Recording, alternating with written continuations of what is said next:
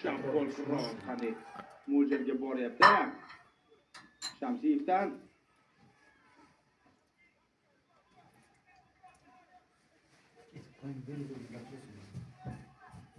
qo'l tezkor, og'ir, kuchli zarbalar yo'llayapti.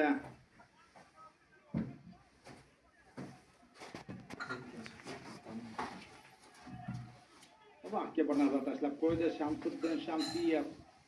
Ikkilik zarbasi. O'ng qo'l, yon taraflama zarba.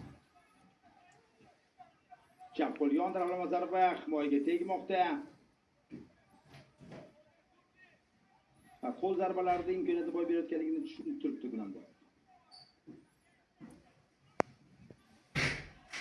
Yedibki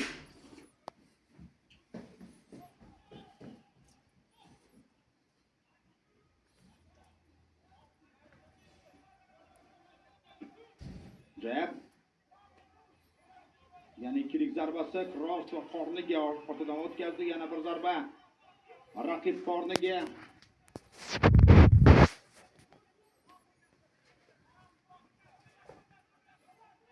O'ng qo'l, chap qo'l zarba ortidan.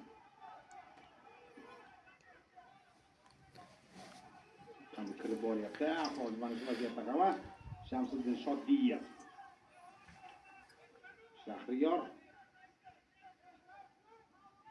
zarba ham ko'p o'tkazib yubordi. Raqibi bu farqda emas. Aynan qo'ldagi zarbalar juda kuchli ekan. Tavakkal qiling, tavakkal. Qo'l zarbalari yaxshi yo'lga qo'yilgan.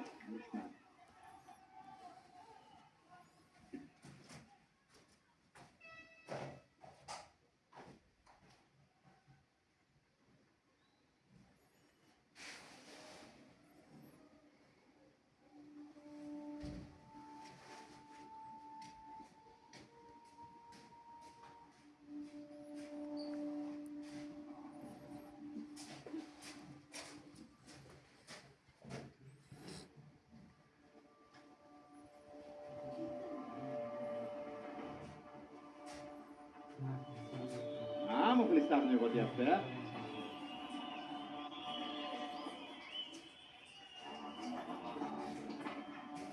Asosiy kart boshlanmoqda do'stlar.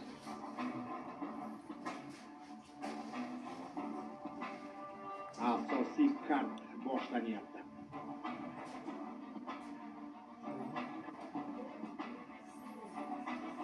Bu yerda endi jahon chempionlari, Osiyo chempionlari o'zlarining janglarini o'tkazishadi.